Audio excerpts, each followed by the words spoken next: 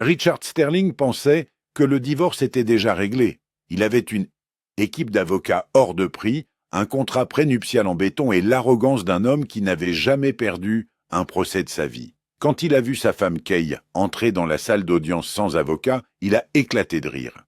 Il s'est penché vers son associé et lui a chuchoté « Ça va être un massacre ». Mais son sourire s'est effacé dès que le juge Harrison a pris place sur le banc. Il n'a pas demandé à Kay où était son avocat. Au lieu de cela, il l'a regardée avec une reconnaissance terrifiée et l'a appelée par son nom. Ce qui s'est passé ensuite n'était pas un procès. C'était une exécution. L'héritier dans la salle d'audience 4B de la Cour supérieure du comté de Cook sentait le café froid et l'eau de Cologne coûteuse. C'était un son et parfum que Richard Sterling adorait. Pour lui, c'était l'odeur de la victoire. Richard ajusta les poignets de son costume Bion sur mesure, vérifiant le reflet de sa montre PC Philippe dans la table en acajou poli. Il avait 45 ans, était beau d'une manière prédatrice et était actuellement PDG de Sterling Holloway Holdings, l'une des plus grandes sociétés immobilières commerciales de Chicago. Sur le papier, il valait un peu plus de 80 millions de dollars, et il était sur le point de s'assurer que sa femme Kay n'en toucherait pas un centime. Elle est en retard, marmonna Arthur Caldwell en regardant sa propre montre. Arthur était le conseiller principal de Richard, un homme dont le tarif horaire pouvait nourrir une famille à Corbett. C'est de 4 personnes sans un peine en moins, manéant un mouchipoil. C'était un requin en costume rayé, connu pour ensevelir ses adversaires sous des montagnes de paperasse jusqu'à ce qu'ils étouffent. « Laisse-la être en retard », ricana Richard en se calant dans son fauteuil. « Elle est probablement en train de chercher une place de parking pour cette Honda cabossée que je lui ai laissée. Ah, ou peut-être qu'elle est en train de pleurer dans les toilettes. Honnêtement, Arthur, je me sens presque désolé pour elle. Presque. » Richard jeta un coup d'œil à la table vide de l'autre côté de l'allée. Elle avait l'air pathétique. Juste une surface en bois nu, 2 chaises vides et un silence qui criatait la défaite. « Rappelle-moi encore une fois, » dit Arthur en feuilletant un dossier épais de 7 cm qui la représente. La notification de comparution était vierge. « C'est justement ça, » sourit Richard. « Elle n'a personne. J'ai gelé les comptes joints il y a 3 semaines. Elle n'a pas les moyens de payer les honoraires d'un avocat décent et elle est trop fière pour demander une aide juridique. Elle pense qu'elle peut parler au juge, verser quelques larmes sur la violence psychologique et obtenir une compensation financière. La voix de Richard se réduisit à un murmure complice. Elle ne comprend pas. On est dans la cour des grands. On ne se dispute pas pour un chien ou une multipropriété. On se dispute pour mon empire. Et elle arrive ici avec un lance-pierre. Les lourdes portes en chêne à l'arrière de la salle d'audience s'ouvrirent en grinçant, et toutes les têtes se tournèrent. La sténographe leva les yeux de sa machine. Le huissier, un homme corpulent nommé Miller, qui avait tout vu, changea de position. Kay Sterling entra. Elle ne ressemblait pas à une femme qui avait passé le dernier mois à dormir sur le canapé de sa sœur, même si Richard savait pertinemment que c'était le cas. Elle portait une robe gris anthracite, simple, classique et sans marque. Ses cheveux, qu'elle portait habituellement lâchés et ondulés, ce que Richard aimait car cela la faisait ressembler à un trophée, étaient tirés en arrière en un chignon sévère et serré. Elle n'avait ni sac à main, ni mouchoir, juste une mallette en cuir marron usée qui semblait avoir été achetée dans une boutique d'occasion dans les années 1990. Elle marcha dans l'allée centrale. Elle ne regarda pas la galerie. Elle ne regarda pas le baïf. Et ce qui était le plus exaspérant, elle ne regarda pas Richard. Regarde-la. Richard renifla assez fort pour que les quelques spectateurs l'entendent. Elle marche comme si elle était chez elle, triste. Caillé atteignit la table des plaignants.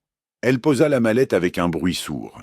Elle tira la chaise et s'assit, les mains à plat sur la table. Elle était parfaitement immobile. Arthur Caldwell, cependant, ne riait pas. Il fronça les sourcils et regarda Kay d'un air sévère. Il donna un coup de coude à Richard. « Est-ce que c'est la mallette qu'elle utilise habituellement ? » « Quoi ? Qu'est-ce que ça peut faire ?» Richard le renvoya. « Elle est probablement remplie de romans d'amour et de mouchoirs en papier. »« Non, » Arthur murmura d'une voix étrangement tendue. « Ce cuir, ces traces d'usure, on dirait une vieille mallette d'avocat. Elle en a un ? Elle a déjà travaillé ?» Richard éclata d'un rire sec qui résonna sous le haut plafond. « Travaillez, Kay, je t'en prie. Je l'ai rencontrée alors qu'elle était rédactrice en chef adjointe dans une maison d'édition et gagnait 30 000 $ par an. Elle a démissionné 2 semaines avant le mariage. Depuis 10 ans, son travail consiste à organiser des galas de charité et à dépenser mon argent. Elle ne fait pas la différence entre un tort et un tard. » À ce moment-là, la porte du bureau du juge s'ouvrit. « Levez-vous. » L'officier Miller rugit. L'honorable juge Anthony Harrison préside. La salle se leva. Le juge Harrison était une légende du droit de la famille à Chicago. Il avait 65 ans, des sourcils en acier et la réputation de n'avoir absolument aucune patience pour les simagrées. On le surnommait le boucher parce qu'il avait tendance à trancher les arguments absurdes avec une efficacité brutale. Richard avait payé beaucoup d'argent pour s'assurer que leur affaire soit traitée par Harrison, sachant que le juge privilégiait les contrats stricts et les contrats de mariage plutôt que les plaidoiries émotionnelles. Le juge Harrison prit place, ajustant sa robe. Il mit ses lunettes de lecture et regarda le dossier. Affaire numéro 24 D. 438, Sterling contre Sterling, lutte le juge. Sa voix était grave. Il leva les yeux, balayant la salle du regard. Il regarda d'abord la table de Richard. Il fit un signe de tête à Arthur. « Monsieur Caldwell, ravi de vous voir. »« Moi aussi, votre honneur, » répondit Arthur avec douceur. Puis, le juge regarda vers la gauche. Il regarda la femme en robe grise. Richard sourit. Il attendit la question. « Madame Sterling, où est votre avocat ? Madame Sterling, comprenez-vous la procédure ?» Mais la question ne vint jamais. Le juge Harrison se figea. Ses mains, qui étaient en train de mélanger des papiers, s'arrêtèrent en plein mouvement. Il plissa les yeux, se penchant sur le banc comme s'il n'en croyait pas ses yeux. Il retira ses lunettes, les essuya sur sa robe et les remit. Le silence dura 10 secondes. Il était pesant. Richard bougea, perplexe. Pourquoi le juge fixait-il sa femme ? Le juge Harrison prit la parole, mais son ton n'était pas autoritaire. Il était stupéfait. « Mademoiselle Deveau. » Richard cligna des yeux. Deveau. C'était le nom de jeune fille de Cale. Elle ne l'avait pas utilisé depuis 10 ans. Kay se leva lentement. Son attitude changea. La femme au foyer soumise et discrète que Richard avait tyrannisée pendant une décennie s'était évaporée. À sa place se tenait une personne plus grande, plus froide. « Bonjour, juge Harrison, » dit Kay. Sa voix était différente. Elle était plus grave, résonnant depuis son diaphragme, parfaitement adaptée à l'acoustique de la pièce. Je comparais aujourd'hui en mon nom propre, et oui, pour information, j'utiliserai mon nom professionnel, Kay Deveau. Le juge poussa un soupir qui ressemblait à un sifflement. Il regarda Arthur Caldwell. Il regarda à nouveau Kay. Puis, un petit sourire terrifiant effleura les lèvres du juge. « Je ne savais pas que vous aviez repris votre activité, Madame Deveau. »« Je ne l'avais pas, votre honneur, » répondit Kay en ouvrant sa mallette cabossée. « Pas avant ce matin. » Richard se pencha vers Arthur, la panique vacillant pour la première fois dans sa poitrine. De quoi parle-t-il ? Quelle pratique ? Elle était rédactrice. Arthur Caldwell était devenu pâle. Il fixait Kay avec le regard d'un homme qui réalise qu'il a apporté un couteau à une guerre nucléaire. Richard Arthur murmura d'une voix tremblante. « Vous m'avez dit qu'elle était correctrice. Elle travaillait chez Simon & Schuster ou quelque chose comme ça. »« Non, » siffla Arthur. « Je pense que votre femme est Cal Deveau. »« Qui diable est Kay Deveau ?» demanda Richard. Arthur ne répondit pas. Il se contenta de regarder Kay sortir un épais document de son sac et le poser sur la table. Elle ne regarda pas Richard. Elle regarda le juge.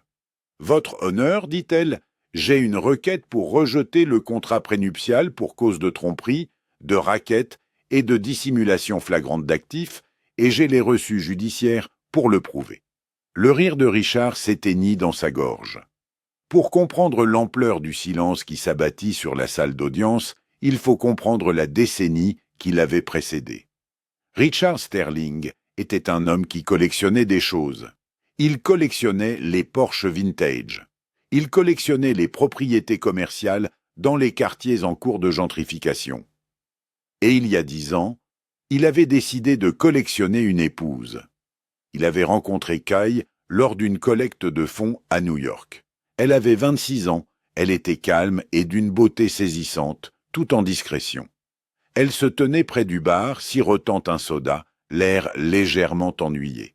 Richard s'est approché d'elle avec l'assurance d'un homme qui possédait l'immeuble dans lequel il se trouvait. Il lui a demandé ce qu'elle faisait. « Je travaille dans l'édition », avait-elle répondu. « Je travaille sur des textes. Je corrige les erreurs. » Richard a entendu ce qu'il voulait entendre. L'édition, les textes, un salaire modeste, artistique, parfait. Il ne lui a pas demandé dans quelle entreprise elle travaillait. Il ne lui a pas demandé quel type de textes elle corrigeait. Il a supposé qu'elle parlait de romans ou de magazines. Il l'a courtisée avec des dîners au Lernadon, des week-ends dans les Hamptons et des cadeaux en diamants qui coûtaient plus cher que son loyer. Carly était hésitante au début. Elle semblait l'étudier, ses yeux verts calculateurs qu'il prenait pour de la timidité. Finalement, elle a accepté de l'épouser, mais à une condition. Richard a insisté pour signer un contrat de mariage, un contrat brutal. « Ce ne sont que des affaires, chérie », lui avait-il dit en faisant glisser le document sur le bureau en acajou de son bureau. « Mon conseil d'administration insiste là-dessus. Si nous divorçons, tu repartiras avec ce que tu avais en arrivant. Cela nous protège tous les deux. » Kay avait lu le document. Il comptait 50 pages. Il stipulait qu'en cas de divorce, elle recevrait une somme forfaitaire de 50 000 $ pour chaque année de mariage, plafonnée à 500 000 $. Pas de pension alimentaire, pas de droit sur ses biens immobiliers, pas de droit sur ses revenus futurs. Elle l'avait alors regardé, une expression étrange sur le visage. « Tu ne fais vraiment confiance à personne, n'est-ce pas, ma Richard ? » ?»« Je fais confiance au contrat. » Il avait souri. Elle l'avait signé sans demander à un avocat de l'examiner. Richard s'en était vanté auprès de ses amis pendant des années. Elle l'avait signé à l'aveuglette. C'est à ce point qu'elle m'aime ou qu'elle est stupide. Pendant les 10 années qui suivirent, Kylie joua son rôle. Elle redécora le penthouse. Elle organisa des dîners. Elle écouta Richard fulminer contre ses rivaux en affaires en acquiesçant au bon moment. Mais Richard était narcissique. Et les narcissiques sont aveugles à tout ce qui ne les reflète pas. Il ne remarqua jamais que lorsqu'il parlait de subtilités fiscales complexes, Kay les comprenait instantanément. Il n'a jamais remarqué que lorsqu'il ramenait des dossiers juridiques du bureau à la maison, elle les parcourait et lui signalait les fautes de frappe qui étaient en fait des clauses critiques qui auraient pu l'exposer à des poursuites judiciaires. Il la traitait comme une belle lampe. On ne demande pas à une lampe de raconter son histoire. Il ne savait pas qu'avant de travailler dans l'édition, Cahiers des Vaux avait été major de sa promotion à la faculté de droit de Yale. Il ne savait pas qu'elle avait passé 3 ans au district sud de New York en tant que procureur spécialisé dans les crimes financiers en col blanc. Il ne savait pas qu'elle avait quitté le droit, non pas parce qu'elle n'était pas à la hauteur, mais parce qu'elle s'était épuisée après une affaire où le défendeur, un promoteur immobilier milliardaire corrompu, avait menacé sa famille. Elle s'était lancée dans l'édition de manuels juridiques pour se cacher, respirer, mener une vie tranquille. Elle était tombée amoureuse de Richard parce qu'il semblait fort, sûr et prospère. Elle pensait pouvoir laisser derrière elle le monde impitoyable des affaires, mais au fil des ans, elle a observé. Elle a vu Richard réprimander des serveurs. Elle l'a vu tromper ses entrepreneurs. Elle l'a vu cacher de l'argent et créer des sociétés écrans aux îles Caïmans. Elle l'a vu flirter avec ses assistantes. Et finalement, elle a trouvé les SMS qui prouvaient qu'il couchait avec elle. La goutte d'eau qui a fait déborder le vase est survenue il y a 6 mois. Richard était rentré ivre et avait ri en racontant qu'il avait expulsé une maison de retraite parce qu'il voulait transformer le bâtiment en appartement de luxe. Il s'était vanté d'avoir trouvé une faille dans le bail et d'avoir mis les vieux à la rue. Le service juridique avait confirmé que c'était légal. Kay l'avait regardé et l'amour qu'elle avait autrefois ressenti s'était transformé en cendres froides et dures. Elle n'avait pas crié. Elle ne s'était pas battue. Elle s'était retirée dans sa chambre, avait ouvert son ordinateur portable et s'était connectée au site web de l'American Bar Association pour réactiver sa licence. Puis, elle avait commencé à fouiller. De retour dans la salle d'audience, l'atmosphère était passée d'une audience civile à une arène de gladiateurs. Arthur Caldwell envoyait frénétiquement des SMS à ses associés juniors. Cherchez Kay Devo maintenant. Yale SDNY. Trouvez tout. Richard était toujours confus. Arthur avait arrêté d'envoyer des SMS et avait protesté. Elle ne peut pas simplement jeter des papiers au juge. Tais-toi, Richard. Arthur s'écria, le front couvert de sueur. Le juge Harrison lisait le document que Kay lui avait remis. Ses cils sourcils se levaient de plus en plus haut. Mademoiselle Diro, dit le juge en regardant par-dessus ses lunettes. Ceci est un audit judiciaire des avoirs des îles Caïmans, connu sous le nom de Blue Heron LLC. Oui, votre honneur, répondit Kay calmement. Elle se tenait debout, les mains jointes, derrière le dos. Mon mari prétend que sa valeur nette est de 80 millions de dollars. Il prétend que Blue Heron LLC est une entité défunte sans actifs. Cependant, si vous vous reportez à la page 14, vous verrez un virement bancaire effectué 3 jours avant qu'il ne demande le divorce. Le cœur de Richard se mit à battre à tout rompre. Blue Heron. Comment savait-elle pour Blue Heron? Cette société était enfouie sous 3 couches de sociétés écrans. Les documents se trouvaient dans un coffre-fort dans son bureau. Le virement, poursuivit Kay d'une voix tranchante comme un scalpel, s'élevait à 12 millions de dollars. Il avait été transféré vers une banque à Liechtenstein. Le signataire du compte n'était pas Richard Sterling. Il s'agissait d'un homme nommé Marcus Vance. Kay marqua une pause pour plus d'effet. Elle tourna légèrement la tête pour regarder Richard. C'était la première fois qu'elle lui accordait son attention. Son regard était dépourvu de toute chaleur. Marcus Vance, dit-elle au juge, est le nom du protagoniste d'un roman que Richard a essayé d'écrire à l'université. Il l'utilise comme pseudonyme pour son argent sale. La salle d'audience retint son souffle. Même l'huissier semblait surpris. Objection. Arthur Caldwell se leva, mais son objection était faible. Votre honneur, il s'agit d'un procès embuscade. Nous n'avons pas vu ces documents. Ce sont des allégations. Monsieur Caldwell, aboya le juge Harrison, asseyez-vous, vous aurez votre tour.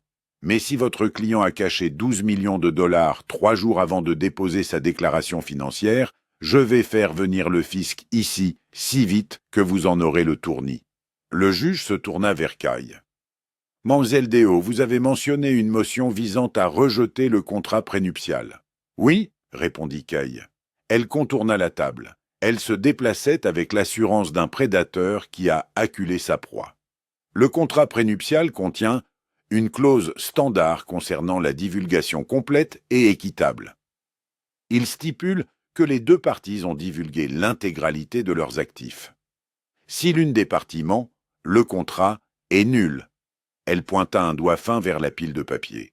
Richard n'a pas seulement menti, votre honneur.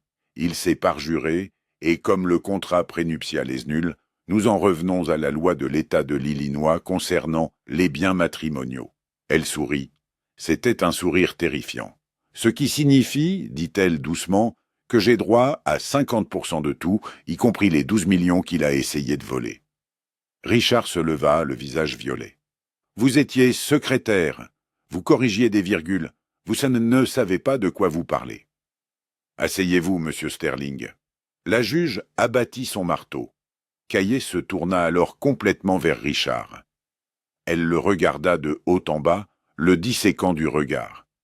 Je ne corrigeais pas les virgules, Richard. dit-elle d'une voix si basse que seul le premier rang pouvait l'entendre. Je corrigeais la logique, et ta logique a toujours été bancale. Tu pensais que parce que j'étais calme, j'étais stupide. Tu pensais que parce que j'étais gentille, j'étais faible. Elle fit un pas vers sa table. Arthur Caldwell s'éloigna d'elle. J'ai passé 3 ans à traquer des hommes plus intelligents que vous dans le district sud de New York, murmura-t-elle. J'ai fait tomber des gestionnaires de fonds spéculatifs qui auraient pu vous acheter et vous revendre avant le petit déjeuner. Pensiez-vous vraiment pouvoir me cacher des traces écrites? Richard s'affala sur sa chaise. Il regarda Arthur. « Faites quelque chose, » supplia-t-il. Arthur regarda son téléphone. Un SMS venait d'arriver de son bureau. Objet, Kill Devo. Légende du corps, surnommé le pic à glace. Taux de condamnation sans précédent. A démissionné il y a 10 ans. Ne va pas au procès. Passe un accord. Répète. Passe un accord maintenant. Ah, sera pas. Arthur ferma les yeux. Richard, murmura-t-il. Ça, on est foutu. Mais Coy n'avait pas fini. Votre honneur, dit-elle en se retournant vers le banc. La fraude financière n'est que le début. J'aimerais maintenant aborder la question du projet Sterling Tower dans le centre-ville de Chicago, en particulier les pots de vin versés aux membres du conseil municipal pour obtenir l'approbation des permis de zonage. Le sang se retira si rapidement du visage de Richard qu'il faillit s'évanouir. Ce n'était pas seulement une question de divorce, c'était la prison. « Mademoiselle Devo, » dit le juge Harrison d'une voix grave, « vous alléguez une faute criminelle. Je ne présume rien, votre honneur, » dit Carly en fouillant à nouveau dans son sac. Elle en sortit une clé USB. « Je rapporte les faits. J'ai les enregistrements audio. » Le silence qui suivit la déclaration de Kyle dans la salle d'audience était si pesant qu'il aurait pu briser des os.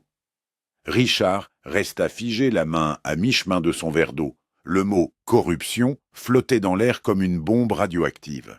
Au tribunal des affaires familiales, on se dispute les biens, la garde des enfants, qui aura la maison dans les Hamptons. On n'accuse généralement pas le défendeur d'un crime fédéral passible d'une peine minimale obligatoire de 10 ans. Arthur Caldwell fut le premier à se remettre. Il bondit de sa chaise, le visage empreint d'une fausse indignation. « Objection, votre honneur. C'est absurde, maître. Excusez-moi. Madame Sterling tente de transformer une audience de divorce en tribunal pénal. Ces prétendus enregistrements sont irrecevables. L'Illinois est un État où le consentement des 2 parties est requis. À moins qu'elle n'ait un mandat, ce qui n'est pas le cas, tout enregistrement effectué à l'insu de mon client est illégal et constitue un fruit de l'arbre empoisonné. » Arthur avait l'air triomphant. Il regarda Richard comme pour lui dire « Je m'en occupe ». C'était un argument juridique solide. Kay ne scia même pas. Elle retourna lentement à sa table, ses talons claquant rythmiquement sur le sol du parc.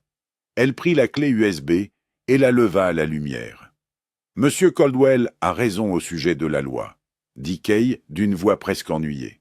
« L'Illinois est en effet un État où le consentement des 2 parties est requis. » Elle se tourna vers le juge. « Cependant, votre honneur connaît bien l'exception au privilège pour fraude criminelle, ainsi que les lois fédérales concernant le consentement d'une seule partie lorsque l'enregistrement est effectué pour recueillir des preuves d'un crime grave en cours, en particulier en matière de corruption publique. » Elle fit une pause, regardant Richard droit dans les yeux. « Mais je n'ai pas enregistré Richard.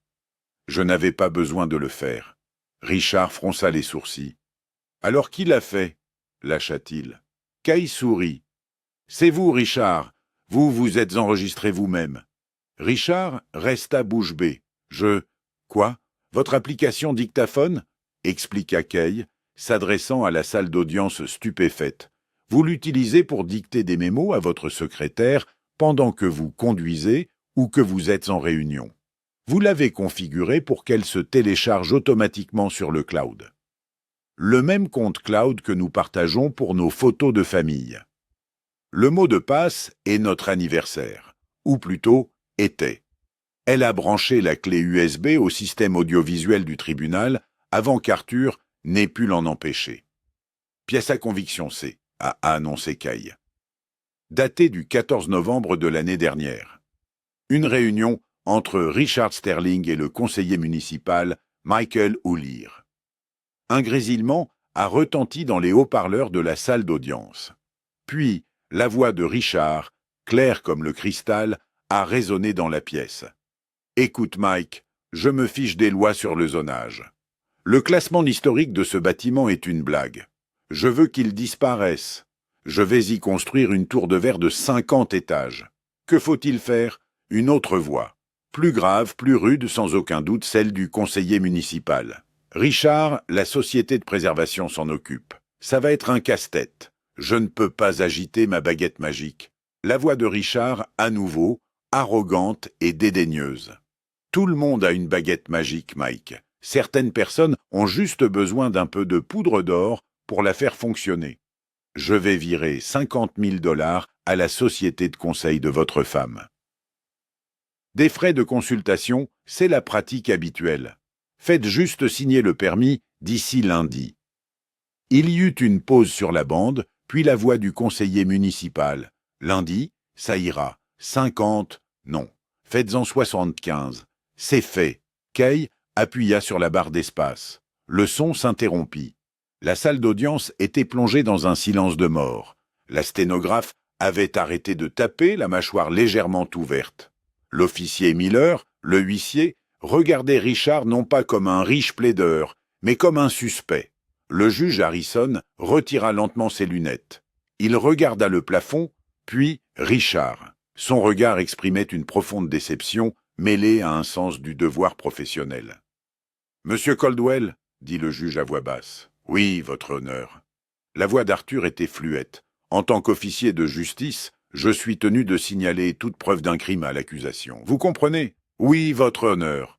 Cependant, il n'y a pas de « cependant ». Le juge frappa du poing sur le banc, faisant sursauter tout le monde. Votre client vient d'avouer avoir soudoyé un fonctionnaire public dans un enregistrement qu'il a lui-même réalisé dans ma salle d'audience. Richard tremblait. Il ne perdait plus seulement son argent. Il voyait les murs de sa vie se refermer sur lui. Il regarda Kay. Elle rangeait ses papiers, totalement indifférente. « Pourquoi » murmura Richard, la voix brisée. « Pourquoi faites-vous cela? Vous auriez pu simplement demander un accord à l'amiable. » Kay s'arrêta. Elle leva les yeux. Pendant un instant, son masque tomba. La procureure froide et calculatrice disparut, laissant place à la femme blessée. « J'ai essayé, Richard, » dit-elle doucement. « Rappelez-vous, il y a 3 mois, je vous ai demandé de suivre une thérapie, je vous ai demandé d'arrêter de cacher de l'argent, je vous ai demandé de me traiter comme une partenaire. Vous m'avez dit que j'étais hystérique et que je devrais aller m'acheter un nouveau sac à main. » Elle redevint sévère. « Vous avez déclenché une guerre, Richard. Je ne fais que la terminer. » Arthur Caldwell se pencha vers Richard. « Nous avons besoin d'une pause. » Il siffla avant qu'elle ne joue autre chose. « Nous devons conclure un accord, votre honneur. » Arthur se leva, les jambes se remirent tremblantes. À la lumière de cette nouvelle preuve, la défense demande une pause de 30 minutes pour consulter son avocat. Le juge Harrison regarda Kay. « Mademoiselle Dafoe, avez-vous des objections? »« Aucune, votre honneur, » répondit Kay. « J'en ai beaucoup d'autres. Je peux attendre. » La suspension d'audience fut accordée, mais Kay ne quitta pas la salle d'audience. Elle s'assit à sa table, regardant sa montre. Elle savait exactement ce qui se passait dans le couloir. Arthur était probablement en train de crier sur Richard. Richard était probablement en train d'appeler son avocat pénaliste. Mais Kay avait encore une carte à jouer, l'as de pique. Les crimes financiers étant complexes, leur poursuite prend des années. L'enregistrement de la corruption était compromettant, mais Richard avait des amis influents. Il pourrait s'en sortir. Il pourrait prétendre que l'enregistrement avait été trafiqué ou qu'il s'agissait d'un piège, ou invoquer un autre détail technique. Elle devait détruire sa réputation de manière si radicale qu'aucun juge de l'Illinois ne statuerait jamais en sa faveur. Lorsque l'audience reprit, Richard avait l'air d'un homme qui avait vieilli de 10 ans en 30 minutes.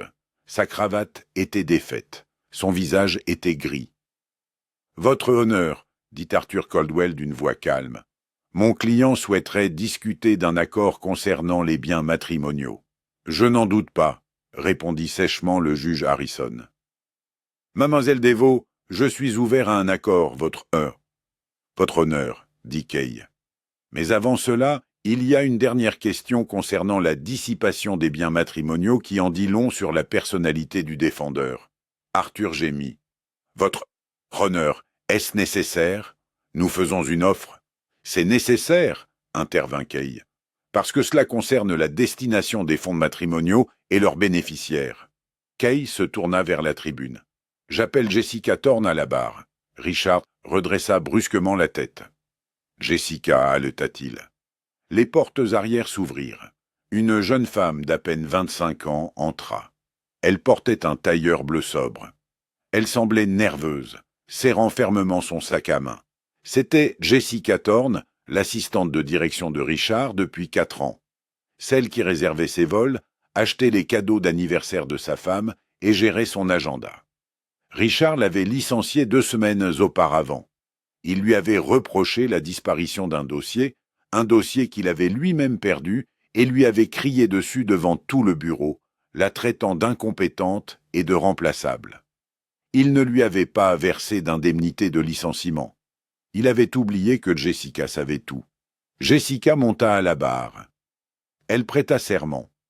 Elle évita de regarder Richard. « Mademoiselle Thorne, » dit Kay en s'approchant doucement de la barre des témoins, « vous avez été employé par M. Sterling pendant 4 ans. Est-ce exact? » « Oui, » répondit Jessica d'une voix tremblante. « Et pendant cette période, avez-vous géré ses dépenses personnelles? »« Oui. » « Avez-vous remarqué des paiements récurrents inhabituels? » Jessica acquiesça. Elle prit une profonde inspiration. « Oui, chaque mois, au cours des 3 dernières années, M. Sterling m'a demandé d'acheter des cartes cadeaux. Des cartes cadeaux Visa d'une valeur de $5 000 par mois. Et que vous a-t-il dit de faire avec? » « Il m'a dit de les envoyer par la poste à une boîte postale à Miami, » répondit Jessica. « Saviez-vous qui était le destinataire? »« Il m'a dit que c'était pour un consultant, » répondit Jessica. « Mais ma curiosité a été piquée. Une fois, j'ai suivi le colis et il est arrivé dans un complexe d'appartements. Le destinataire a signé sous le nom d'Elena Ricci. » Un murmure parcourut la salle d'audience. Kay retourna à sa table et prit une photo. « Votre honneur, je soumets une photo comme preuve. Voici Elena Ricci. » Elle brandit la photo d'une femme magnifique en bikini sur un yacht, le même yacht sur lequel Richard avait prétendu se trouver pour un séminaire d'affaires l'été dernier. « Madame Thorne, » continua Kay. « Monsieur Sterling vous a-t-il jamais parlé d'Elena Ricci? »« Ah, oui, » murmura Jessica. « Quand il avait trop bu au bureau, il me disait quelle était sa vraie vie. Il me disait que sa femme n'était qu'une banquière. » Et Kay ressentit une douleur dans la poitrine, mais elle ne le montra pas. Elle garda un visage impassible. Il m'appelait la banquière. « Oui, » dit Jessica en fondant en larmes. « Il disait que vous étiez ennuyeux, qu'il restait marié avec vous uniquement parce que cela faisait bonne impression auprès des investisseurs. Il disait qu'il allait vous quitter dès que l'accord concernant la Sterling Tower serait conclu. Il allait déménager à Miami avec Elena. » Richard avait la tête entre les mains. Il ne pouvait même pas regarder le juge. « Merci Jessica, » dit Kay. « Je n'ai pas d'autres questions. » Arthur Caldwell ne fit même pas de contre-interrogatoire. Cela n'avait aucun sens. Le pont n'était pas seulement brûlé, il était détruit. Le juge Harrison regarda Richard avec un dégoût évident. Au tribunal des affaires familiales, les juges voient tout le temps des affaires de ce genre. Mais la nature calculée de celle-ci, les cartes cadeaux pour brouiller les pistes, la cruauté des commentaires, l'abandon planifié, tout cela a touché une corde sensible. « Monsieur Sterling, » a dit le juge, « j'en ai assez entendu. » Le silence qui a suivi le témoignage de Jessica Thorne n'était pas seulement un silence. C'était un poids physique qui pesaient sur les tables en acajou, les fauteuils en cuir et le cœur frénétique de Richard Sterling. Pour la première fois de sa vie d'adulte, Richard a ressenti la sensation terrifiante de perdre le contrôle. C'était un homme qui avait façonné sa réalité. Il avait construit des gratte-ciel là où il n'y avait autrefois que des terrains vagues. Il avait transféré des millions de dollars à travers les frontières d'un simple clic. Il traitait les gens comme des pièces d'échecs, des pions à sacrifier, des cavaliers à manœuvrer, des reines à conquérir. Mais en regardant la barre des témoins vide où son ancien assistant venait de démolir sa réputation, il réalisa qu'il n'était plus le maître des échecs. Il était l'échiquier et Kay était en train de le retourner. Le juge Harrison s'éclaircit la gorge. Le son résonna comme un coup de feu dans le silence. « Maître, dit le juge, la voix dénuée de toute patience. » Il regarda par-dessus ses lunettes Arthur Caldwell, qui essayait actuellement de se faire aussi petit que possible. « Je vais suspendre l'audience pendant 30 minutes. Je vous recommande vivement non. Je vous ordonne de profiter de ce temps pour vous entretenir avec votre client. Si vous revenez dans cette salle d'audience sans un accord satisfaisant pour Madame Deveau, non seulement je rendrai une décision privant M. Sterling de ses biens, mais je remettrai moi-même le procès-verbal de cette audience au bureau du procureur fédéral. Nous comprenons votre honneur, Queen Arthur. 30 minutes, avertit le juge.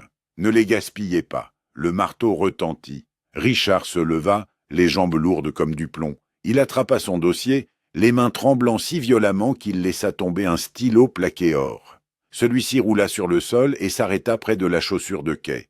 Elle ne le repoussa pas du pied. Elle ne le ramassa pas. Elle l'enjamba simplement, se retourna et sortit par les doubles portes sans se retourner. « Richard, allons-y » siffla Arthur en attrapant le coude de Richard. « Nous devons parler maintenant. » Ils débouchèrent dans le large couloir en marbre du palais de justice. C'était un espace froid et stérile, avec de hauts plafonds, des pas qui résonnaient et l'indifférence des passants.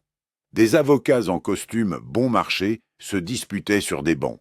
Une femme pleurait près des ascenseurs. Un concierge cirait le sol. Richard retira son bras de celui d'Arthur. « Lâche-moi! Ne t'avise pas de me parler sur ce ton !» Arthur laissa éclater sa panique, brisant enfin son apparence professionnelle. « Tu as la moindre idée de ce qui vient de se passer là-dedans ? Jessica n'a pas seulement révélé une liaison, Richard.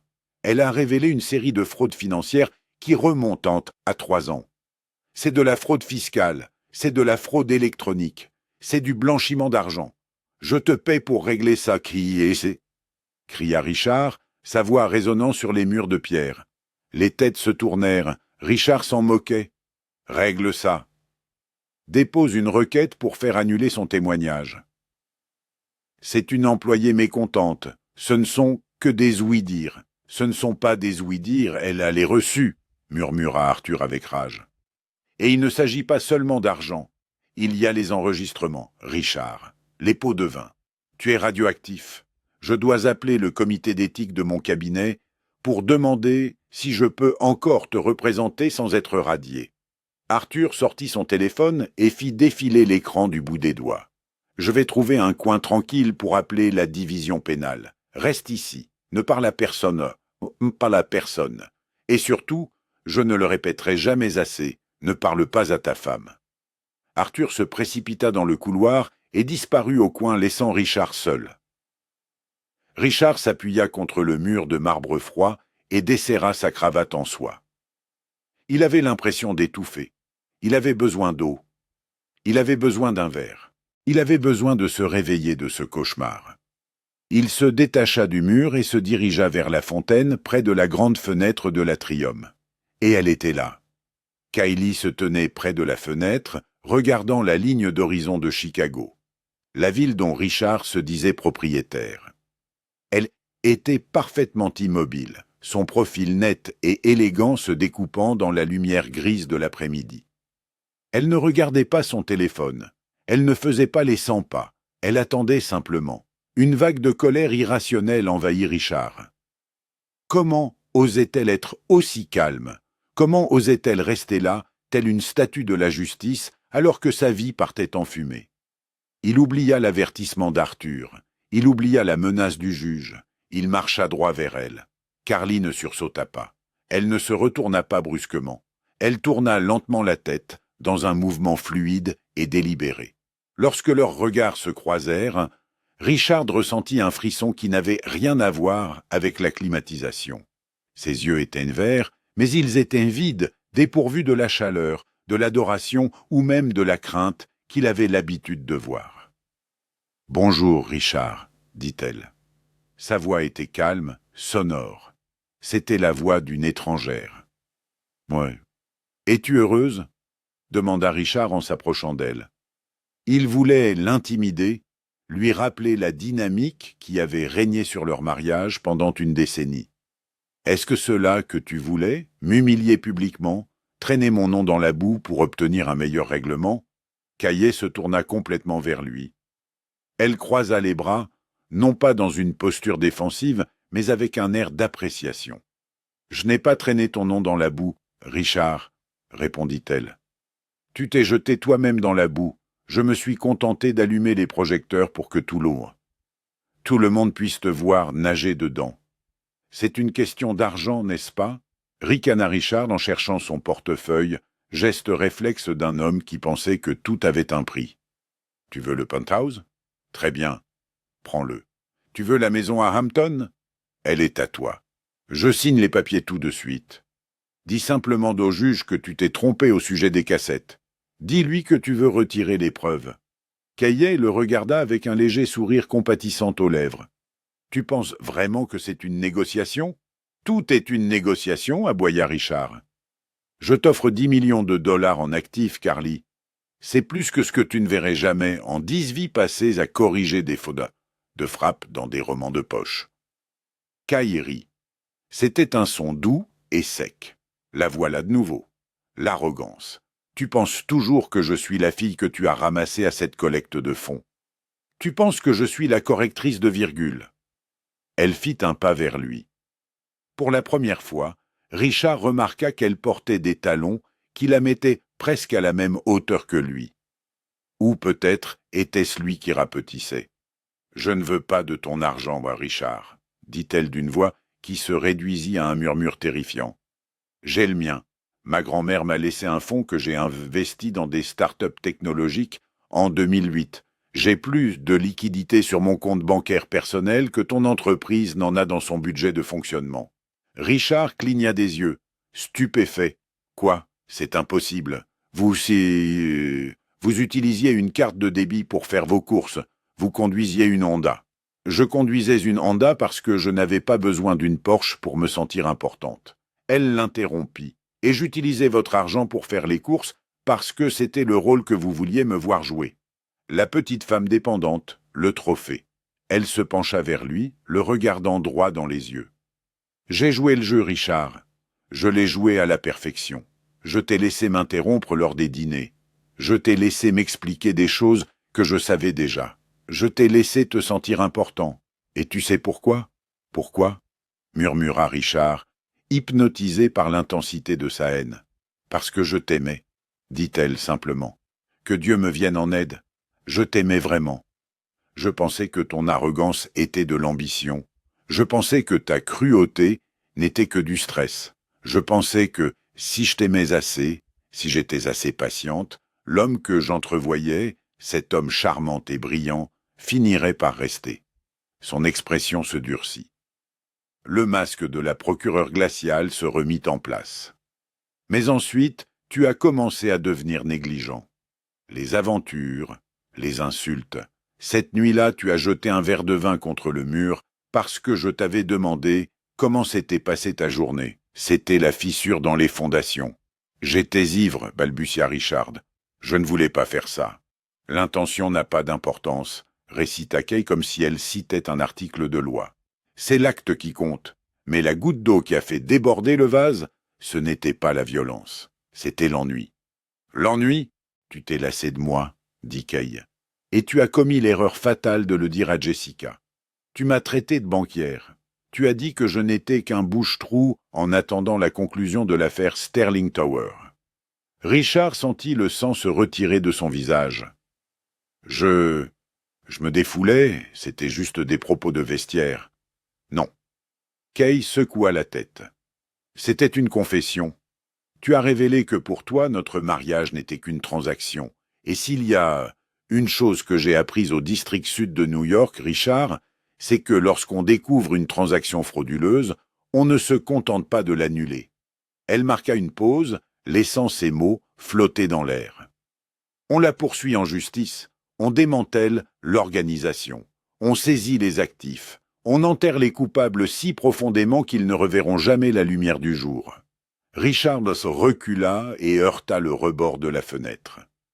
Il regarda cette femme, sa femme, et vit une étrangère, une prédatrice. Il réalisa avec horreur qu'il avait dormi à côté d'une arme chargée pendant 10 ans et qu'il venait d'appuyer sur la gâchette. « Tu es un monstre, murmura-t-il. « Je suis un miroir, Richard, le corrigea-t-elle. Je ne fais que te renvoyer ton image. Si tu n'aimes pas ce que tu vois, ne blâme pas le miroir. Je me battrai contre toi, dit Richard, bien que sa voix manquât de conviction. J'engagerai la meilleure équipe d'avocats pénalistes du pays. Je t'enterrerai sous les appels. Je ferai en sorte que tu ne touches pas un centime. Avec quel argent ? Demanda calmement Kay. Je l'ai. Tu n'as rien ? L'interrompit-elle. Pendant que tu écoutais Jessica, j'ai fait livrer une ordonnance restrictive temporaire à ton directeur financier. Tes comptes sont gelés, Richard. Tous. Même celui de Liechtenstein. Tu pensais vraiment que Marcus Vance était un pseudonyme intelligent ? J'ai retracé cette adresse IP il y a 6 mois. Richard sentit ses genoux fléchir. Il s'effondra contre la fenêtre. C'était fini. C'était vraiment fini. L'empire qu'il avait bâti sur l'intimidation et les pots de vin avait été démantelé par la femme qu'il avait ignorée pendant 10 ans au petit déjeuner. Soudain, le bruit de pas précipités rompit la tension. Arthur Caldwell arriva en courant dans le couloir. Sa cravate flottait sur son épaule. Son visage était rouge vif, d'une rougeur malsaine. Il ne marchait pas avec la dignité d'un associé senior. Il courait comme un homme fuyant, un immeuble en feu. Richard Arthur haleta et s'arrêta brusquement. Il se pencha, les mains sur les genoux, haletant.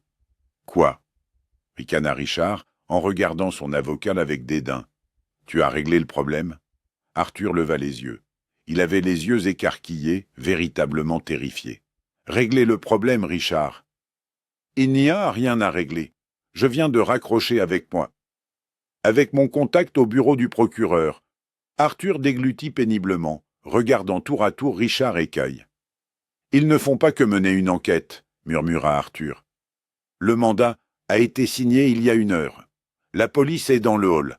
Ils montent en ascenseur en ce moment même. » Richard se figea. « La police est là. Ils ont les enregistrements des pots de vin, » dit Arthur, la voix hystérique. « Ils ont les relevés des virements bancaires, » ajouta Kay. « Ils t'accusent d'infraction à la loi Reichaud, Richard. Racket, corruption, fraude électronique. Ils parlent d'une peine minimale de 20 ans. » Arthur se redressa et s'éloigna de Richard. « Je me récuse. Je ne peux pas être vu avec toi quand ils te passeront les menottes. Je suis désolé. » Arthur se retourna et s'éloigna rapidement. Il ne courait pas, mais il marchait à une vitesse qui trahissait son instinct de survie. Richard resta seul dans le couloir. Il regarda les ascenseurs au bout du couloir. Les lumières au-dessus des portes clignotaient. Monter, monter, monter. Il regarda Kay pendant 1 seconde. Il pensa qu'il pourrait la supplier. Il pensa qu'il pourrait tomber à genoux, lui saisir la main, implorer sa pitié. Mais le visage de Kay était une forteresse. Il n'y avait pas de pont-levis. Il n'y avait pas d'entrée. « Cours !»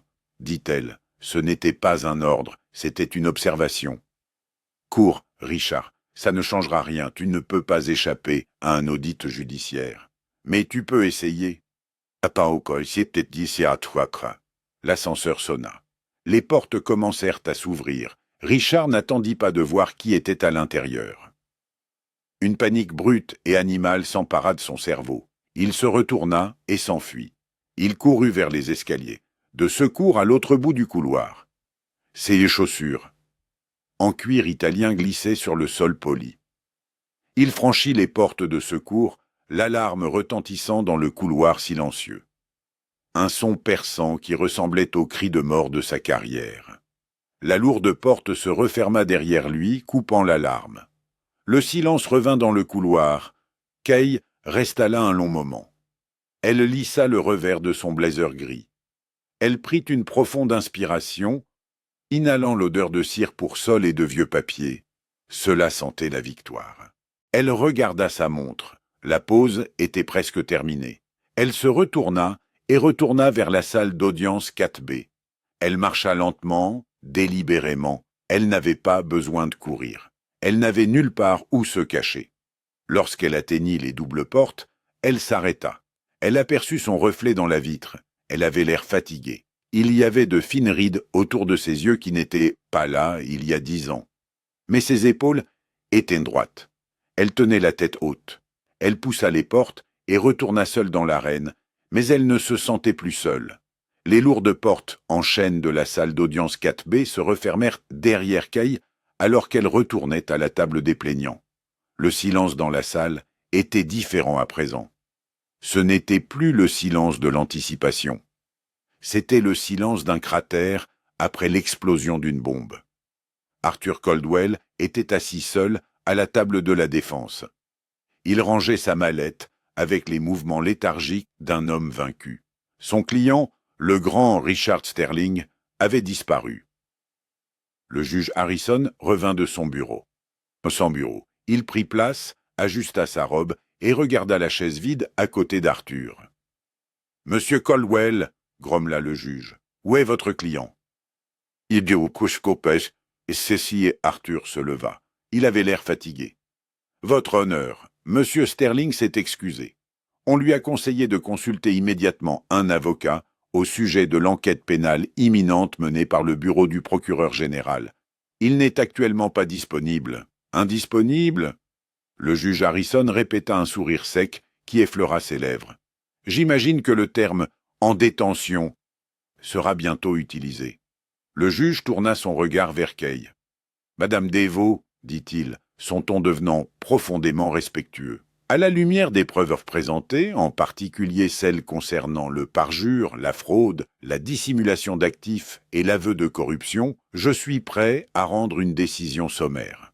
Je ne pense pas qu'un procès soit nécessaire. Je suis d'accord, votre honneur, dit Kay en se tenant droite. La Cour déclare le contrat prénuptial nul et non avenu en raison d'une incitation frauduleuse.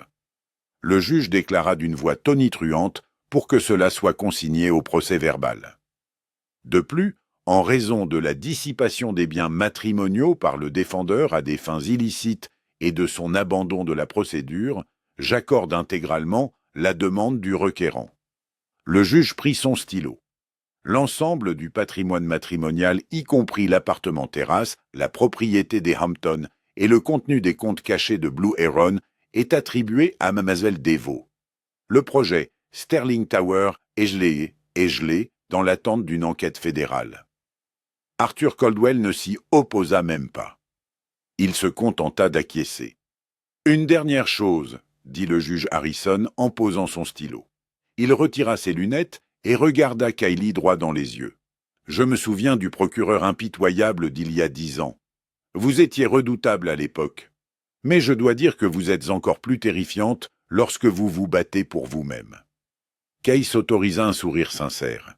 Cette fois, il atteignit ses yeux. « Merci, votre honneur. J'ai eu beaucoup de temps pour me préparer. » Manifestement, le juge gloussa. L'audience est levée. Le marteau frappa. Un dernier son sec. Kay rassembla ses dossiers. Elle ferma à clé sa mallette usée, la mallette qui contenait les secrets de sa liberté. Alors qu'elle se dirigeait vers la sortie, Arthur Caldwell s'avança dans l'allée. Il hésita, puis la regarda. « Mademoiselle Deveau, dit-il maladroitement, je ne savais pas. Si j'avais su qui vous étiez, je lui aurais dit de conclure un accord dès le premier jour. »« Je sais, Arthur, » dit Kay doucement. « C'est pour ça que je ne vous l'ai pas dit. » Elle passa devant lui et poussa les doubles portes. Dehors, le couloir était chaotique. Les journalistes s'étaient déjà rassemblés, alertés par la présence soudaine de voitures de police devant le palais de justice. Les flashs crépitèrent lorsque Kylie apparut. Ils lui crièrent des questions. Des questions. Madame Sterling, est-il vrai que votre mari a été arrêté? Kylie, étiez-vous au courant des pots de vin? Qu'est-il arrivé à l'entreprise? Kylie s'arrêta sur la dernière marche du palais de justice. Le vent soulevait quelques mèches de ses cheveux. Elle regarda les caméras, l'air calme, posé et extrêmement puissant. « Je m'appelle », dit-elle d'une voix suffisamment claire pour couvrir le cliquetis des appareils photo, Kylie Diero, et je n'ai aucun commentaire à faire à part cela. La vérité finit toujours par éclater au grand jour. Parfois, elle a juste besoin d'un petit coup de pouce. Elle descendit les marches, passa devant le chaos, et héla, un taxi. Elle ne se retourna pas. 1 an plus tard, le bureau sentait la peinture fraîche et les mensonges. C'était un petit espace dans un immeuble en grès brun à Lincoln Park, loin des gratte-ciel de verre et d'acier du centre-ville de Chicago. Sur le verre dépoli de la porte d'entrée, gravés en lettres noires simples, figuraient les mots « Devo and Associates Financial Advocacy and Family Law ». Devo et associés, défense financière et droit de la famille. Kay était assise derrière son bureau, en train d'examiner un dossier. Elle avait changé. Son chignon sévère avait disparu, remplacé par une coiffure souple et confortable. Elle portait un blazer de couleur vive et non plus le gris terne qu'elle avait porté au tribunal. En face d'elle était assise une jeune femme. Elle s'appelait Maria. Elle pleurait, tordant un mouchoir dans ses mains. « Je ne sais pas quoi faire », sanglotait Maria. « Il dit que je suis folle. Il dit qu'il a tout l'argent et que si je pars, il prendra les enfants. Il dit que je ne suis qu'une mère au foyer et que personne ne m'écoutera. » Kay posa son stylo. Elle se leva, contourna le bureau et s'assit sur la chaise à côté de Maria. « Ah, Maria, regardez-moi, » dit Kay doucement. La jeune femme leva les yeux rouges et effrayés. « Il mise sur ta peur, » dit Kay. « Il pense que parce que tu es calme, tu es faible. Il pense que parce qu'il contrôle les comptes bancaires, il te contrôle. » Kay se pencha et prit un dossier sur son bureau. Il était épais. « Mais nous allons changer les règles du jeu, » dit Kay, une étincelle de l'ancien pic à glace brillant dans ses yeux. « Tu n'es pas seulement une mère au foyer. Tu es la PDG de ce foyer. Tu sais où se trouvent que les reçus. Tu connais son emploi du temps. Tu connais ses mots de passe. »« Oui, je sais, » murmura Maria. « Bien. » Kay sourit. « Alors nous avons tout ce qu'il nous faut. Il veut la guerre. Nous lui donnerons une révolution. » Le téléphone de Kay vibra sur le bureau. Elle jeta un coup d'œil à l'écran. C'était une alerte info. Dernière nouvelle. Richard Sterling condamné à 12 ans de prison pour racket et corruption. Kay fit glisser la notification sans l'ouvrir. Elle n'avait pas besoin de la lire. C'était une vieille histoire. Elle était occupée à en écrire une nouvelle. Elle se tourna vers sa cliente. « Maintenant, » dit Kay en ouvrant un nouveau bloc-notes, « racontez-moi tout. Commencez par le jour où vous avez cessé de lui faire confiance. » Et voilà comment Richard Sterling a appris la leçon la plus dure de sa vie. Ne confondez jamais le silence avec la faiblesse.